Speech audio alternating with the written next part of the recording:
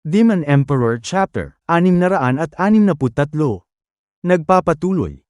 Kung ganun, ang nabunot ko ay kasampung numero sa balota. Ikasampung numero sa balota. Kapag sineswerte ka nga naman. Nasa panig ko talaga ang langit. Hindi niya ako pinabayaan. Tinupad niya ang kahilingan ko. Humanda ka sa akin mamaya, Ibis, kapag naglaban tayo. Bakit kaya ako tinitingnan ng kupal na to at nakangiti pa? Napakabobo at tanga mo! Ikaw ang nakabunot sa halimaw na yan! Ano ang dapat mong ikatuwa dyan? Dahil mamaya paglalamayan ka na! Hindi rin to masama para sa atin. Sa Beast Timing Secto, ang matabang oso na yan ang pinakamalakas sa kanila. Pwede natin siyang magamit para masubukan ang lakas ng halimaw na yan. Yan din ang pinakamagandang paraan para sa atin. May tama na naman si pinakamatandang kuya. Magagamit ang matabang oso na yan para makita ang lakas ni Chupa. OMG! Hindi ko napansin kanina! Mayroon palang mga may itim na kabayo dito na nagmula sa mababang rangkong sekto. Ang puwersa nilang lahat ay malapit nang umabot sa mataas na rangkong sekto. Sa tingin ko, ang pagtitipo ng dalawang dragon na to, pati ang mga nasa mataas na rangkong sekto, na may posibilidad na malaglag. Pero ang gitnang rangkong sekto, sigurado ako na mapapalitan sila sa pwesto nila. Tingnan mo ang malaking mama na yan, na galing sa Beast Timing Secto. Ang nabunot niya ay yung pinakamahina sa kalaban. Napakaswerte ng hayop na yan. Maswerte ba ka mo? Tae mong malaki. Sigurado akong mamamatay siya sa laban. Ano? Paano mo nasabi yan, Kuya Yan mo? Paano mangyayari yon? Hindi mo ba nakita ang pagitan ng lakas nila? 6 na gradong lakas, masyadong malaki. Balang araw maintindihan mo rin ang sinasabi ko sa'yo. Pero sa ngayon, manood ka na lang muna. Kung ganon, mas lalo palang kapanapanabik ang magiging bardagulan nila. Napakasaya ko talaga dahil nandito kayong lahat at lalaban para sa sekto. Kapag nakikita ko ang lakas niyo, lumalaki talaga ang amats ko. Pakiramdam ko tuloy na nagpasan na natin ang gitnang rangkong sekto. Ngayon, wala na tayong magiging problema pa. Hayahay na tayo. Taba, mas magandang diretsuhin mo na kami. Huwag ka nang magpaligoy-ligoy pa. Ano ba ang gusto mong sabihin? Gusto ko lang naman ipagyabang ang mga nagawa mo. Pero dahil atat ka at hindi ka na makapaghintay, dediretsuhin ko na ang gusto kong sabihin sa inyo. Kapag nakalaban niyo na ang Beast Timing Secto, huwag niyo silang pahirapan. Patulogin niyo lang sila. O di kaya ilabas niyo sa arena. Huwag niyo silang susugatan ng malubha. Bakit naman ganon? Alam mo ba na ang matabang oso na yan ay napakayabang? Kanina pa niya kami inaayasan. Gigil na ako na turuan siya ng leksyon. Kanina pa nakangati itong kamao ko. Gusto ko na siyang sapakin.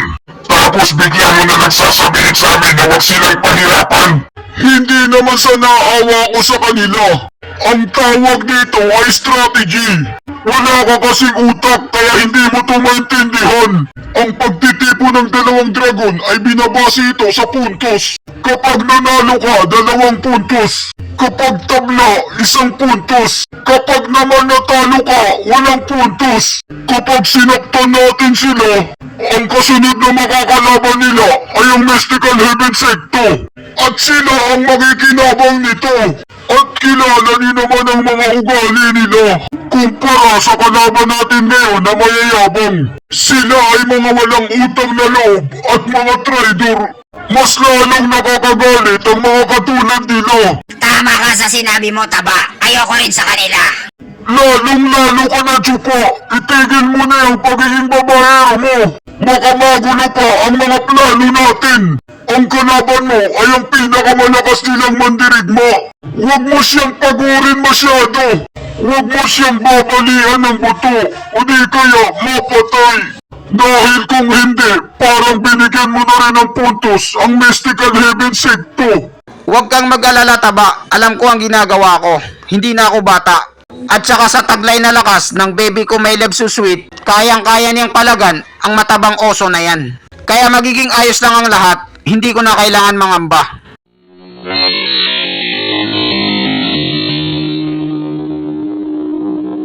Nailagay na ang harang.